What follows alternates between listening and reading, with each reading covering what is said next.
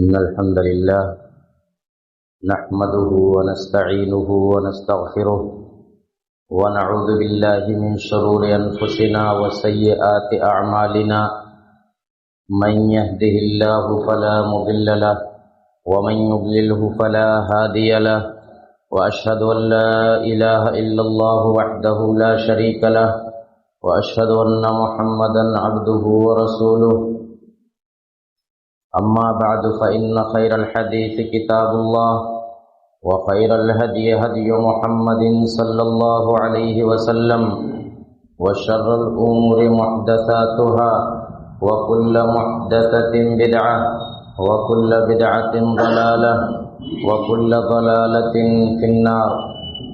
أعوذ بالله من الشيطان الرجيم.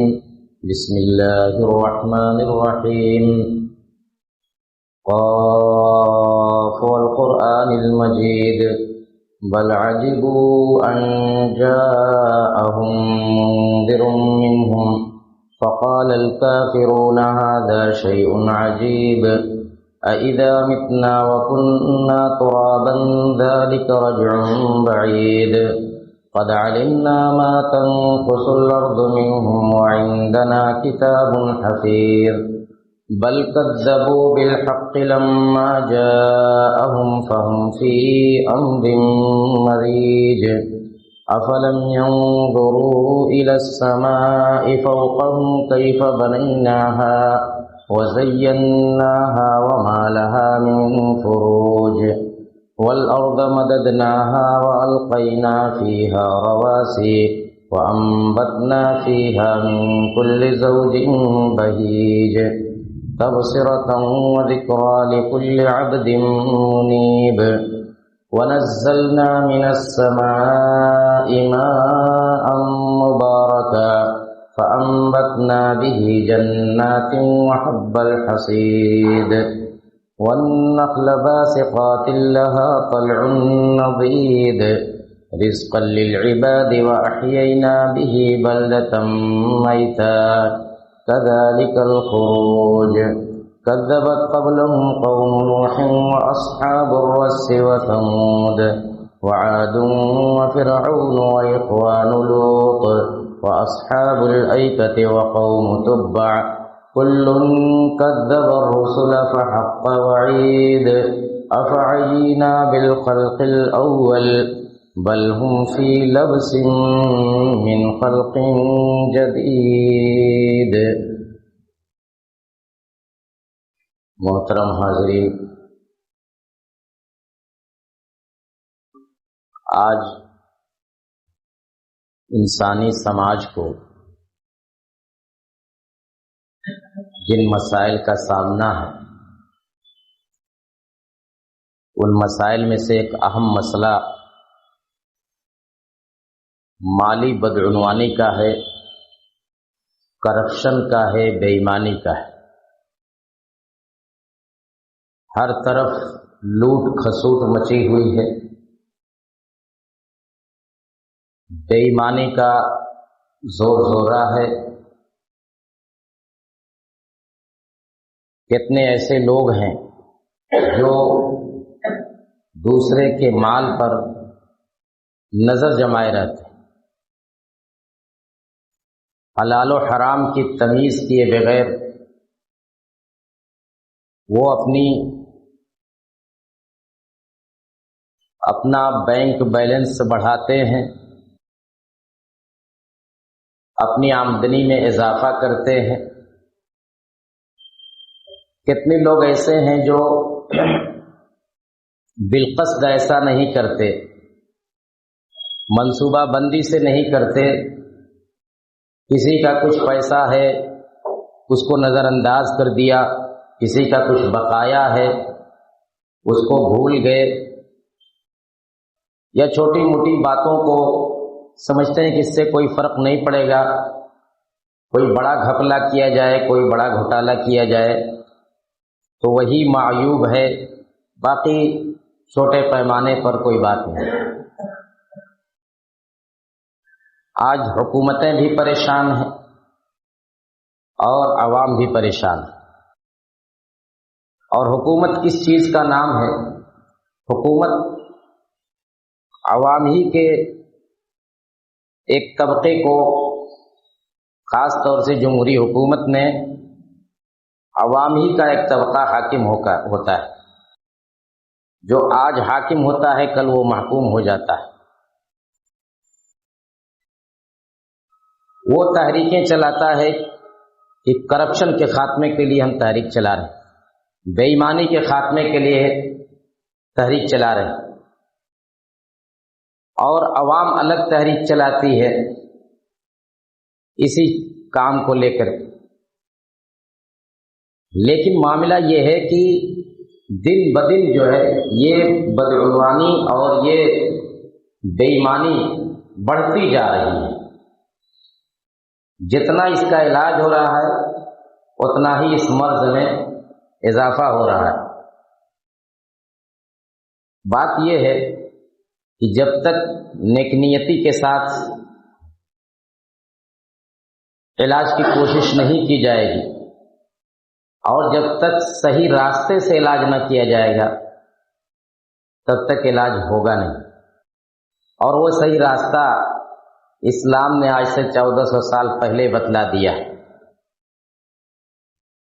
اس طرح کی بے ایمانی اور بدعنوانی کا خاتمہ صرف سخت قانون بنا کر کے نہیں کیا جا سکتا، بلکہ قانون سے پہلے انسان کی تربیت ضروری ہے۔ انسان کی تربیت ضروری ہے، اس کے بعد پھر قانون اپنا کام کرتا ہے۔ اسلام نے اسی پر زور دیا کہ اپنے ماننے والوں کو ان کو زندگی گزارنے کا ایک طریقہ بتلایا، ان کی تربیت کی، ان کی ذہن سازی کی۔ مثلا اسلام نے یہ بتلایا کہ کوئی اس دنیا میں ہمیشہ رہنے کے لیے نہیں آیا، اور یہ بتلانے والی بات کیا ہے، یہ تو آنکھوں کے سامنے ہر شخص دیکھ رہا ہے کہ جو اس دنیا میں آیا ہے اس کو یہاں سے جانا ہے، اور وہ جب جاتا ہے تو کیا لے کر کے جاتا ہے یہ بھی سب لوگ جانتے ہیں۔ تو یہ دنیا ایک عارضی ٹھکانہ ہے انسان کا، اور اس کے بعد ایک دائمی ٹھکانہ جو ہے وہ آخرت ہے۔ تو اس دائمی ٹھکانے کو، اس دائمی گھر کو برباد کر کے اگر کوئی اس عارضی گھر کو بنانے کی کوشش کرتا ہے تو یہ اس کی بہت بڑی بھول ہے، یہ اس کی بہت بڑی بیوقوفی ہے کہ چند دن کی زندگی کو سنوارنے کے لیے وہ اس آخرت کی دائمی زندگی کو برباد کر دیتا ہے۔ تو اس دنیا کے اندر جو آیا ہے اس کو جانا ہے، اور یہ دنیا آج نہیں کل بذات خود فنا ہونے والی ہے۔ اس دنیا کے باشندے بھی جائیں گے، جا رہے ہیں وہ تو، اور ایک وقت آئے گا کہ یہ پوری دنیا بھی ختم ہو جائے گی۔ اللہ تعالیٰ نے اس دنیا کو پیدا کیا تو ہم کو بتلایا کہ ہم کس لیے آئے۔ اللہ کے نبی صلی اللہ علیہ وسلم نے فرمایا کہ الدنیا حلوۃ خضرۃ وإن اللہ مستخلفکم فیہا لینظر کیف تعملون۔ یہ دنیا بڑی سرسبز و شاداب ہے، یہ دنیا بڑی پرفریب جگہ ہے، اس کے اندر بڑی جاذبیت ہے، بڑی کشش ہے، اور اللہ تعالیٰ نے اس دنیا کے اندر تم کو اس لیے بسایا ہے تاکہ دیکھے کہ تم کیسا عمل کرتے ہو۔ فاتقوا الدنیا واتقوا النساء، لہذا تم دنیا سے بچ کر کے رہنا اور اسی طریقے سے عورتوں سے بھی بچ کر کے رہنا۔ تو یہ دنیا کی صفت خاصیت بتلائی ہے کہ دنیا بڑی کشش رکھتی ہے اپنی طرف، دنیا انسان کو اپنی طرف مائل کرتی ہے، دنیا انسان کو ورغلاتی ہے کہ حلال و حرام کی تمیز کے بغیر اس میں کود پڑو اور جس طرح ہو سکے اس میں ڈوب جاؤ۔ لیکن اسلام نے ہمیں ہدایت دی ہے کہ یہ دنیا ایک عارضی ہے، ایک عارضی جگہ ہے، اس دنیا میں ویسے ہی زندگی گزارو جیسے ایک مسافر اپنے سفر میں رہتا ہے، بڑا ہی محتاط رہتا ہے، بڑا کم سامان لے کر کے چلتا ہے اور جلد سے جلد اپنے گھر واپس ہونے کی کوشش کرتا ہے۔ دوسری بات یہ کہ اسلام انسان کی اس فطرت کو تسلیم کرتا ہے کہ انسان مال کو پسند کرتا ہے، انسان مال سے محبت رکھتا ہے۔ وَإِنَّهُ لِحُبِّ الْخَيْرِ لَشَدِيدٌ، انسان خیر سے، مال سے بڑی سخت محبت رکھتا ہے۔ زُيِّنَ لِلنَّاسِ حُبُّ الشَّهَوَاتِ مِنَ النِّسَاءِ وَالْبَنِينَ وَالْقَنَاطِرِ الْمُقَنطَرَةِ، یعنی دنیا کی جتنی پرکشش چیزیں ہیں سب انسان کی نگاہ میں بڑی خوبصورت لگتی ہیں اور انسان اس کی طرف مائل ہوتا ہے۔ اور یہ بھی فرما دیا کہ لو کان لابن آدم وادیان من ذهب لابتغى ثالثا، اگر انسان کو دو میدان، دو وادی بھر کر کے بھی سونا مل جائے تو یہ نہیں کہ اس کا پیٹ بھر جائے، بلکہ وہ تیسرے میدان کی کوشش میں ہوگا۔ کسی انسان کو دو بڑے بڑے میدان میں سونا بھر کر کے مل جائے تو اس پر اس کو آسودگی نہیں ہوگی، اس کی فطرت ہے کہ وہ ہمیشہ اور حلم مزید کے چکر میں رہتا ہے۔ تو یہ انسان کی فطرت ہے، لیکن اسلام نے اسی فطرت کو تربیت، اس کے اندر تربیت اور تہذیب دے کر کے اس کو سنوارا ہے کہ اس دنیا کماؤ لیکن جائز طریقے سے، دنیا میں رہو، دنیا تمہاری مٹھی میں رہے، تم دنیا کی مٹھی میں نہ رہو۔ اور یہ بھی بتلایا کہ جو کچھ اس دنیا میں کماؤ گے تو آخرت میں اس کا حساب بھی دینا ہے۔ من این اکتسبہ وفیما انفقہ، قیامت کے دن جن 4 یا 5 چیزوں کا جواب دیے بغیر ایک انسان اپنی جگہ سے ٹل نہیں سکتا، اس میں سے ایک سوال مال کے بارے میں ہوگا کہ کمایا کہاں سے تھا اور خرچ کہاں کیا تھا، کمایا کہاں سے تھا اور خرچ کہاں کیا تھا۔ اور یہ ایسا ویسا سوال نہیں ہوگا، ایک ایک چیز کا، ایک پائی کا حساب دینا ہوگا۔ آج ہم بہت ساری چیزوں کو معمولی سمجھتے ہیں، 150 روپے کی چیز ہے کیا ہو جائے گا، نہیں، بلکہ اس سے بھی معمولی چیز ہو تو ہو جائے گا کچھ۔ ایک مرتبہ اللہ کے نبی جناب محمد الرسول اللہ صلی اللہ علیہ وسلم نے صحابہ کو مخاطب کر کے فرمایا کہ دیکھو ایسا نہ ہو کہ قیامت کے دن کوئی شخص میرے سامنے آئے اس حال میں کہ اس کی گردن کے اوپر کوئی اونٹ ہو، وہ اونٹ آواز کر رہا ہو اور وہ شخص مجھ سے کہے کہ اللہ کے رسول مجھ کو بچا لیجئے، تو میں کہوں گا کہ لا املک لک شیئا، مجھے تمہارے اوپر کوئی اختیار نہیں، میں نے دنیا میں تم کو سب بتلا دیا تھا۔ کوئی اس حال میں نہ آئے قیامت کے دن کہ اس کی گردن پر ایک بکری ہو جو آواز کر رہی ہو اور وہ کہے کہ اللہ کے رسول مجھ کو بچا لیجئے، میں وہی کہوں گا کہ میں اس چیز کی طاقت نہیں رکھتا، میں نے تم کو دنیا میں بتلا دیا تھا۔ اس طریقے سے بڑی چیز کو لے کر کے چھوٹی سے چھوٹی چیز تک آپ نے فرمایا۔ کہنے کا مطلب یہ تھا کہ دنیا کے اندر غلط راستے سے جو چیز حاصل کی جائے گی، چاہے چھوٹی ہو یا بڑی، قیامت کے دن ایک انسان کے سر پر وہ چیز سوار رہے گی۔ قیامت کے دن انسان اس کو لے کر کے گھومے گا اور تلاش کرے گا کہ یہ بوجھ میں کیسے اتاروں۔ اللہ کے رسول کے پاس جائے گا، اللہ کے رسول معذرت کر دیں گے کہ آج میں تمہارے لیے تمہارے کوئی کام نہیں آ سکتا، کیونکہ میں نے دنیا میں تم کو بتلا دیا تھا۔ وَمَن يَغْلُلْ يَأْتِ بِمَا غَلَّ يَوْمَ الْقِيَامَةِ، قرآن کی آیت ہے کہ جو شخص خیانت کرے گا، جو شخص کسی کے مال میں خرد برد کرے گا تو قیامت کے دن اس کو لے کر کے وہ آئے گا، چھوٹی سے چھوٹی چیز۔ اسی حدیث میں آگے چل کر کے ہے کہ یہاں تک کہ سوئی اور دھاگا بھی، یہاں تک کہ جوتے کا تسمہ بھی اگر کوئی خیانت کر کے، اگر کسی نے ناجائز طریقے سے حاصل کر لیا ہے، چھپا کر کے لے لیا ہے، تو اس کو بھی وہ لے کر کے آئے گا اور اس کے لیے بھی اس کا بھی اس کو حساب دینا پڑے گا۔ تو اسلام ایک انسان کی ایسے تربیت کرتا ہے کہ وہ اس دنیا کے اندر معمولی سے معمولی چیز کو بھی ہاتھ نہیں لگاتا اگر وہ دوسرے کی. ایسی صورت میں کسی طرح کا کرپشن، کسی طرح کی بے ایمانی، کسی طرح کی بدعنوانی کا سوال کہاں پیدا ہوتا ہے اگر ایک مسلمان حقیقی معنی میں مسلمان بن کر کے اسلام کی ان تعلیمات پر عمل پیرا ہو. دنیا چاہے جتنے قوانین بنا لے اور سخت سے سخت قوانین بنا لے، لیکن بے ایمانی اس قوانین سے ختم نہیں ہوگی جب تک کہ انسان کا ضمیر بیدار نہ ہوگا، جب تک کہ انسان یہ نہیں سوچے گا کہ دوسرے لوگ بھی مجھ جیسے انسان ہیں، دوسرے لوگ بھی مجھ جیسے انسان ہیں جن کے مال پر میری نظر ہے اور جن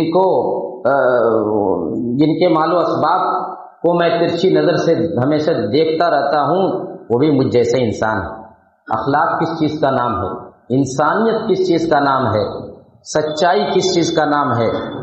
اور خیر خواہی کس چیز کا نام ہے؟ لیکن ہمارے یہاں خیر خواہی کے بجائے بدخواہی، سچائی کے بجائے جھوٹ اور محبت کے بجائے نفرت، یہ ساری چیزیں معاشرے میں فروغ پا رہی ہیں. اور کیا انفرادی طور پر، کیا اجتماعی طور پر ہر جگہ لوٹ کھسوٹ کا بازار کرنا. ہر جگہ بڑے بڑے ادارے، تنظیمیں، اسکول، کالج، مدارس اور پارٹیاں، جدھر آپ نظر اٹھائیں گے ہر طرف یہی شکایت، ہر طرف یہی رونا کہ یہاں یوں بدعنوانی چل رہی ہے، یہاں اس طرح کی بے ایمانی چل رہی ہے. جو اقتدار پر رہتا ہے وہ ناجائز طریقے سے اپنے قریبی لوگوں کو، اپنے بال بچوں کو، اپنے قریبی لوگوں کو چاہتا ہے کہ وہی ان کرسیوں پر رہیں، چاہے وہ اس کے حقدار ہوں یا نہ ہوں. کوئی مالی فائدہ پہنچنے والا ہے تو ہمارے بال بچوں کو، ہمارے رشتہ داروں کو ہی پہنچے، دوسروں کو نہ پہنچے، چاہے وہ اس کے مستحق ہوں یا نہ ہوں. یہ چیز بتلانے کی نہیں، ہر شخص اپنی آنکھ سے دیکھ. تعجب تو اس بات پر ہے، یہ جو حدیث میں بتلایا گیا کہ قیامت کے دن انسان چھوٹی سے چھوٹی اور بڑی سے بڑی چیز لے کر کے آئے گا جس میں خیانت کیے ہوگا. افسوس اس بات کا ہے کہ انسان اپنے لیے تو اپنے لیے، دوسروں کے لیے اپنی عاقبت خراب کرتا ہے. دوسروں کو فائدہ پہنچانے کے لیے وہ اپنی عاقبت خراب کرتا ہے. دوسرے کو غلط طریقے سے کہ کوئی منصب دلانے کے لیے، دوسرے کو غلط طریقے سے کوئی فائدہ پہنچانے کے لیے وہ اپنا اثر و رسوخ استعمال کرتا ہے. اس میں کوئی فائدہ نہیں بظاہر، لیکن وہ یہ کام کرتا ہے اور اپنی عاقبت بگاڑتا ہے. یہ چیز غیروں کے یہاں اگر رہے تو بات سمجھ میں آتی ہے، لیکن ان اہل اسلام کے یہاں یہ چیز اگر پائی جاتی ہے جن کے قرآن میں اور جن کے رسول کی تعلیمات میں اتنی سخت باتیں کہی گئی ہوں اس تعلق سے، تو حقیقت میں یہ تعجب کی بات ہے کہ آج سب کچھ بھول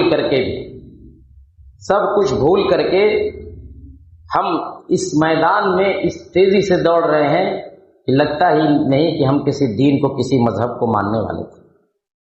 حضرت عمر بن عبدالعزیز رحمۃ اللہ علیہ خلیفہ راشد، ان کے زمانے کی بات، ان کے سامنے اسلامی بیت المال میں آئے ہوئے عطر کو تولا جا رہا تھا، خوشبو عطر کو تولا جا رہا تھا.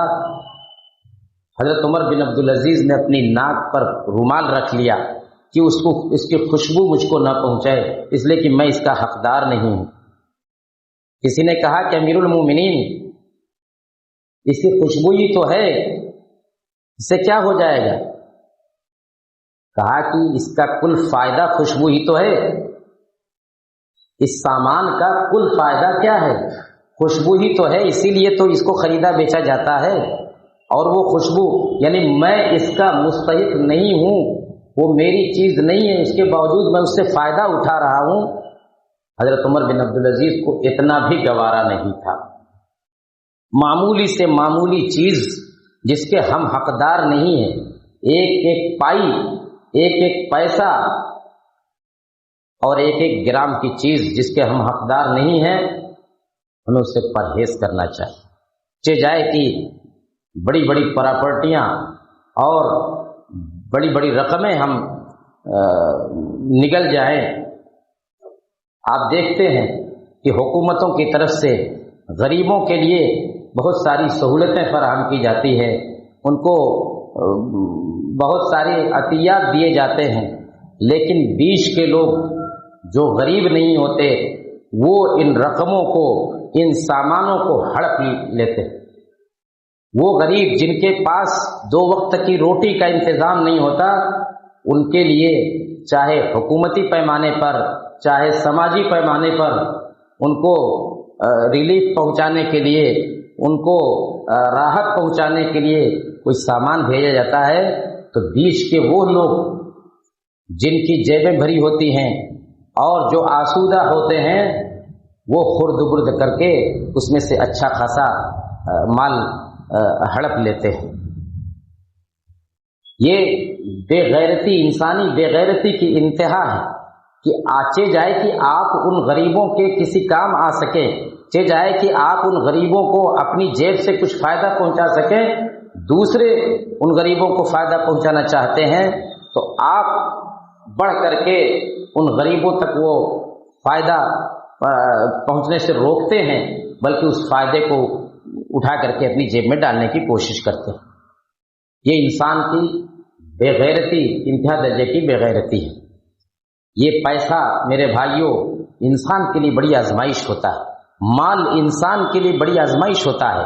ایک مرتبہ اللہ کے نبی جناب محمد الرسول اللہ صلی اللہ علیہ وسلم فجر کی نماز کے بعد مسجد میں تشریف رکھتے تھے، اسی وقت بحرین سے کچھ مال آیا ہوا تھا مسلمانوں کے لیے اسلامی بیت المال میں، تو انصار مدینہ کو معلوم ہوا، ضرورت مند لوگ تھے، محتاج لوگ تھے، ان کو جب معلوم ہوا کہ اللہ کے نبی صلی اللہ علیہ وسلم کے پاس کچھ مال آیا ہے بحرین سے، تو وہ فجر کی نماز کے بعد اللہ کے نبی صلی اللہ علیہ وسلم سے ملاقات کرتے ہیں۔ اللہ کے نبی ان کو دیکھ کر کے سمجھ جاتے ہیں، مسکرا دیتے ہیں، جان جاتے ہیں کہ یہ لوگ کس لیے آئے۔ اللہ کے رسول نے فرمایا کہ شاید کہ آپ لوگوں کو خبر ملی ہے کہ بحرین سے مال آیا ہے۔ کہا کہ ہاں اللہ کے رسول، ہم چاہتے ہیں کہ ہم کو اس میں سے جو حصہ ملنا ہے ہم کو مل جائے۔ اللہ کے رسول صلی اللہ علیہ وسلم نے فرمایا کہ ٹھیک ہے، اچھی بات ہے، لیکن ایک بات سن لو، واللہ ما الفقر اخشى علیکم ولكن اخشى ان تبسط علیکم الدنیا کما بسطت علی من کان قبلکم فتہلککم کما اہلکتہم۔ کہا کہ سنو، مجھے تمہارے اوپر فقر و محتاجگی کا کوئی خوف نہیں، مجھے یہ خوف نہیں ہے کہ تم فقر و محتاجگی کی وجہ سے، مال اور دولت نہ ہونے کی وجہ سے تمہیں کوئی پریشانی لاحق ہوگی، بلکہ جس چیز کا خوف ہے وہ یہ کہ میں ڈرتا ہوں کہ کہیں یہ دنیا تمہارے اوپر ویسے ہی کشادہ نہ کر دی جائے جیسے تم سے پہلے کی قوموں پر کشادہ کر دی گئی تھی، اور پھر یہ دنیا تم کو ویسے ہی برباد کر کے رکھ دے جیسے پہلے کے لوگوں کو برباد کر گئی۔ یعنی تمہارے لیے فقر و محتاجگی اتنا بڑا مسئلہ نہیں، فقر و محتاجگی تو بالکل مسئلہ ہے انسان کے لیے، لیکن آپ نے فرمایا کہ اتنا بڑا مسئلہ نہیں جتنا بڑا مسئلہ جو ہے اس کے برعکس دنیا کی فراوانی، مال و دولت کی فراوانی ہے۔ مال و دولت کی فراوانی زیادہ بڑا مسئلہ ہے۔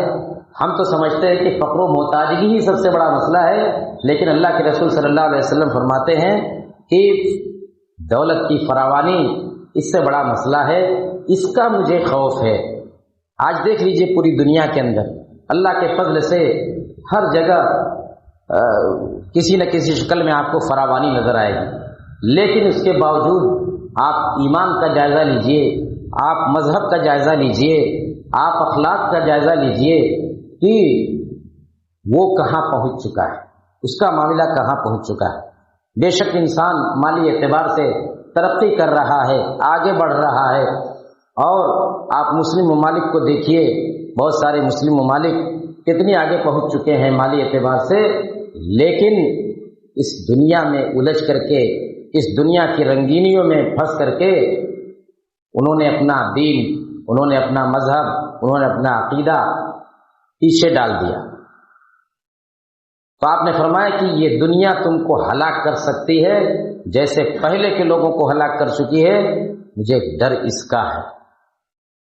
تو میرے بھائیوں، انسانی سماج سے بدعنوانی اور بے ایمانی اور کرپشن کا خاتمہ اسی صورت میں ہو سکتا ہے جب ہم اسلام کے بتائے ہوئے فارمولے پر عمل کریں، ہم اس دنیا کو ایک امتحان اور آزمائش کی جگہ سمجھیں، ہم اس دنیا کو ایک عارضی قیامگاہ سمجھیں، اور یہ ذہن میں رکھیں کہ اس کے بعد ایک دائمی زندگی بھی ہے۔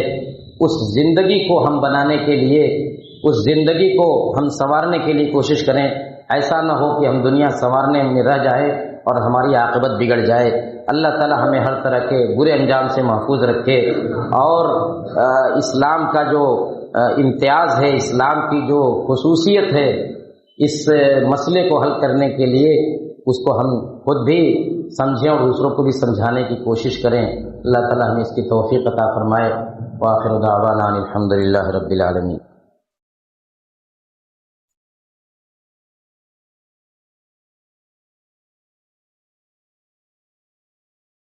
الحمد للہ نحمده ونستعینه ونستغفره ونعوذ باللہ من شرور انفسنا وسیئات اعمالنا، من يهده الله فلا مضل له ومن يضلله فلا هادي له، واشهد ان لا اله الا الله وحده لا شريك له، واشهد ان محمدا عبده ورسوله، اما بعد۔ کسی کو اس غلط فہمی میں نہیں رہنا چاہیے کہ اسلام مال حاصل کرنے سے یا مالدار بننے سے روکتا ہے، ہرگز نہیں۔ اسلام اس سے ہرگز نہیں روکتا۔ اسلام اس بات سے روکتا ہے کہ غلط راستے سے ہم مال کمائیں اور غلط راستے سے ہم مالدار بنیں۔ اسلام تو کہتا ہے کہ زیادہ سے زیادہ کماؤ، زیادہ سے زیادہ خرچ کرو۔ اسلام تو ایک مسلمان کو مضبوط دیکھنا چاہتا ہے، لیکن وہ مضبوطی صحیح راستے سے اس کے اندر آئی ہو، خاص طور سے مال کی مضبوطی صحیح راستے سے اگر آتی ہے تو ایک حدیث میں کہ نعم المال الصالح للرجل الصالح، نیک آدمی کے یہاں جو صاف شفاف مال ہے وہ بڑی اچھی چیز ہے۔ نیک آدمی ہے اور اس کی آمدنی بھی حلال کی ہے، یہ بڑی اچھی چیز ہے۔ تو اسلام مال کمانے سے نہیں روکتا، بلکہ حرام کمائی سے روکتا ہے، غلط طریقے سے مال حاصل کرنے سے روکتا ہے۔ انسان اچھے سے اچھا مالدار بن جائے، دوسروں کو فائدہ پہنچائے، اپنے بال بچوں کو بھی فائدہ پہنچائے، دوسروں کو کے بھی کام آئے، یہ بہت اچھی چیز ہے۔ اصل چیز یہ ہے کہ حلال و حرام کی تمیز انسان کو ہونی چاہیے، اور جائز و ناجائز کا مطلب اس کو معلوم رہنا چاہیے۔ اللہ تعالی ہمیں اس بات کو سمجھنے کی توفیق عطا فرمائے۔ اللہم اعز الاسلام والمسلمین واخذل الکفرۃ والملاحدۃ والمبتدعۃ والمشرکین، اللہم الف بین قلوبنا واصلح ذات بیننا وانصرنا علی عدوک وعدونا، سبحان ربک رب العزۃ عما یصفون وسلام علی المرسلین والحمد للہ رب العالمین۔